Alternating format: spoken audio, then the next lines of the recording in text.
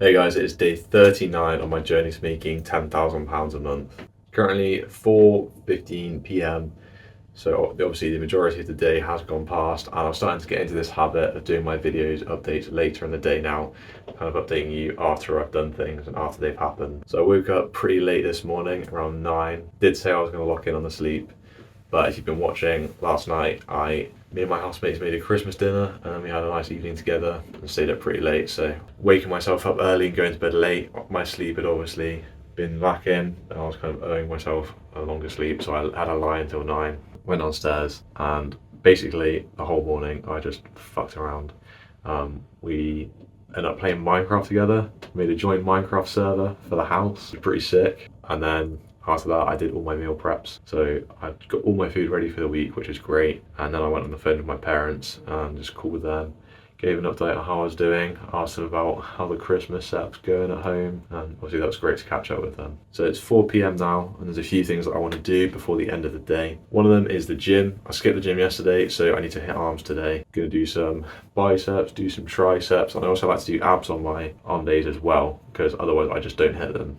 The other things I've got to do is I need to photograph these. So this is a 3D printed product that I'm selling to a YouTuber, and she orders them from me in bulk because she's put in an order for £100 for 20 packs of these. So I need to get those printing or get the STL files ready to print at least. 3D printer is a really good money maker, and it's something that I've got a lot of skills and experience in, which is obviously really useful because not a lot of people have 3D printers, and the people that do have them are often, they're very geeky and nerdy, and they don't really think about the money making potential. There's a lot left on the table there, and there's also got that kind of high barrier to entry because you need to have a lot of perseverance to push through and understand how they work and how to use a computer to operate them. So it's something that I've got a good skill in, and it's a skill that I can use to make money. The issue is the product ideas. So you have to come up with something that is original, you can sell online, and is easy to make, easy to manufacture, and also it has to be pretty high ticket. So as you know, I used to sell the CSGO knives, but they're very, like, you have to hand make them and hand paint them. It's not easy. So something that just comes out like this is really ideal because there's not a lot of process that I have to do to it. The CSGO knives are great for making cash in the short term. I used to make £500 a month selling those, but I want to make 10k a month, and it's just impossible to scale something that complicated. One of you left a really good comment, and that inspired me to talk about this to you guys. So he said that I should run paid ads for the CSGO knives and use those to kind of sell them off to get some cash. I think that's a great idea. The issue is making them. Like, I looked into scaling a 3D print business and what it actually takes. And you basically need to buy a massive warehouse with loads of printers and just run them 24/7, have them maintained, pay employees. It's a very expensive business because of all the running costs and fixing the problems that constantly go wrong. That would be something like a CSGO knife is very complicated to make with this sort of technology on scale. So obviously the client that I had who wanted a custom one, and he ended up paying £500 for one. That is amazing, and that is definitely something that I could scale. To find those clients is not easy. I was doing really well because I had a YouTube channel, which meant that I could get those clients because I had a brand, people could trust me, and they could also see evidence of me doing good work, so they knew what they were paying for. It's a shame that I'm not going to be able to continue that channel, or I've decided that I'm not continuing that channel, because I definitely think it will work. It's just that working together with someone else, very valuable, and it's going to keep me level with them and them level with me, and it will help us. It removes that kind of emotional doubt and overconfidence that you get when you're doing something by yourself, because you're checked by them and you also check them with logic. You can help each other out. So I think it's really important that I'm in a business long term with someone else. I think that'll really help both of us. Also, the online dropshipping model is a lot more scalable than manufacturing yourself. I don't know if you've seen the graph of like confidence and competence or whatever it is, and it kind of goes up at the start when you don't know what the thing is, but you're kind of chasing a shiny object, and then you reach the top and you realize there's so much you don't know. I'm definitely on that curve, and I'm aware of that. I haven't properly got into this business model yet, so I don't know everything there is about it, but I'm hoping, I know this does work, and I know it works in 2024. There's got to be a way to do it, and I'm confident that I can do it, so that's why I'm doing this. And this channel, it's not going anywhere. You can leave YouTube channels for years and still recover them easily, and it's already got a very small following. It's got like around 10k subs, so it's not really a lot to lose there. And the skills that I'm going to learn from dropshipping is not going to be wasted time, because I can use those skills to market my own products as well. So I'm always on the lookout for high ticket 3D printable problem solvers that I can market myself.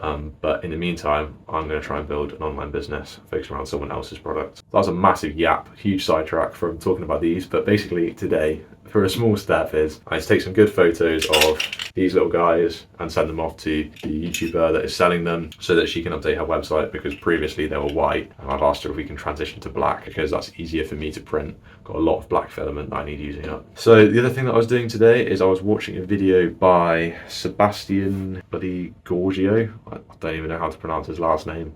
Anyway, I was watching a video from him, and he was talking about beginner mistakes or getting started with dropshipping, and obviously one of them is the product. And watching his little checklist that he goes through was making me quite doubtful with our product. I almost went down that spiral of, oh my god, I need to completely scrap everything and start again, look for another product. And that's why having that business plan is really useful, because if I was by myself, I could have just done that, but like knowing he's there, I'm gonna have to speak to him and convince him that we need to start again. So it's kind of like a little fail safe. I'm looking at his kind of checklist of things that he needs for a good product, and it definitely doesn't check all of them. There are some that it really needs. It really doesn't. For instance, the price of the goods, it's £70 to source, which is like $100. Product shipping tax, which is really, really rough. Like, that's expensive. But on the other hand, it's not anywhere on Amazon. I'm hoping if we can really make a good brand and good ads, it won't really matter.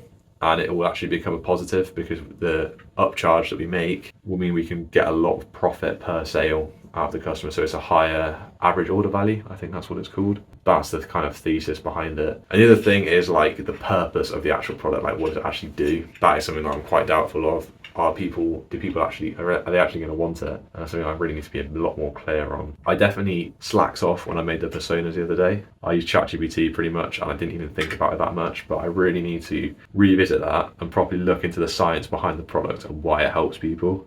So I mentioned it's a healthcare product. So it's supposed to solve a problem of the body, and I need to really understand what that is and the sort of people that have this problem and how I can appeal to them. Otherwise, it's not going to work. Like, I need to be really sure on how this is going to help people's lives. And then the final thing for the day, so what I'm going to do, the action that I'm going to take to solve this is I'm going to look into exactly what the science is, and also create some more personas a bit more accurate on the people that have these problems and what they're like. The other thing that I want to do is make an Excel sheet where I have columns of each of the criteria that Sebastian said in his video, and then some more products in the healthcare niche, and see how many boxes I can tick off, and see if there are any other products in that niche that we can also sell. And I think it'd be good to have some backups in case this doesn't work, because I'm starting to think there's more of a chance that it doesn't work than I thought at the start. I just think convincing people to spend $200 is a lot harder than convincing people to spend $50. So yeah, we'll see how it goes. And then the final task that I've got to do today is editing.